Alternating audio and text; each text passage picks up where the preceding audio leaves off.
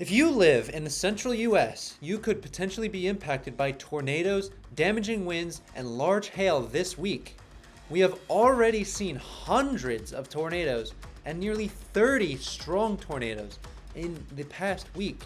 But the pattern is not letting up into May, as peak tornado season is just beginning right now. So right now, we got warm temperatures dominating the east and cold temperatures from Canada out west.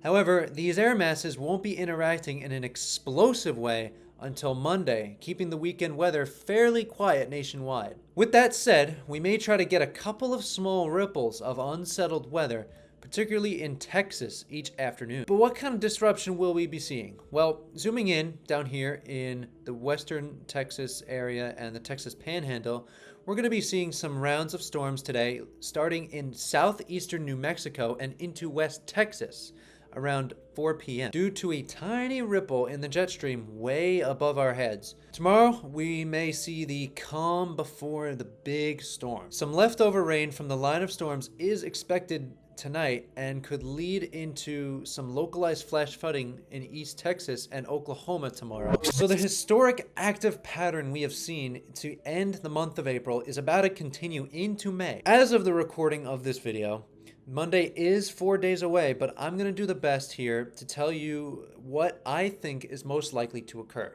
From central Texas up to Nebraska, I believe widespread storms, both those nasty individual supercells and squall lines, will form during the mid-afternoon hours on Monday. These storms are likely to form in a very volatile environment capable of strong tornadoes, very large hail, and significant damaging winds. This is because we'll have tons of moisture in place right when the two air masses clash, so our atmosphere will try to fix that imbalance, and the only way it knows how to do that is with big thunder boomers. And mixed in with all of this is plenty of wind shear to go along. So my best guess is that these storms will eventually cluster into an intense line sometime after dark, with a continued damaging wind and tornado threat. I do believe that the best chance for significant severe weather will be in central Kansas. So moving it on to Tuesday, that cold air mass from the west is forecast to advance eastward, and so will the best conditions for storms. These storms are more likely to impact the eastern plains into the parts of the Mississippi River Valley and perhaps even the Midwest.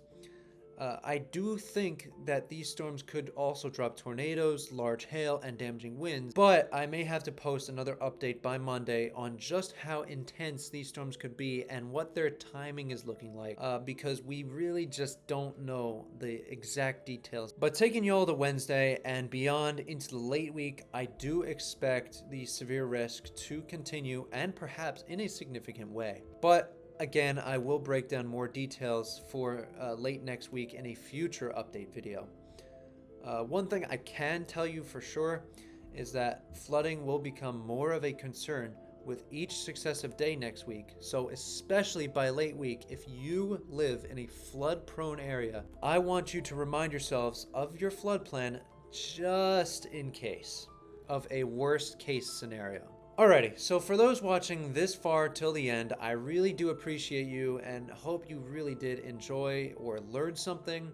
I would love to know where you guys are all from so I can focus on these particular regions in the future. So please drop a comment down below of where you're from. If you want to see how one of our past storm chases went, you should really click on one of the on-screen videos right now.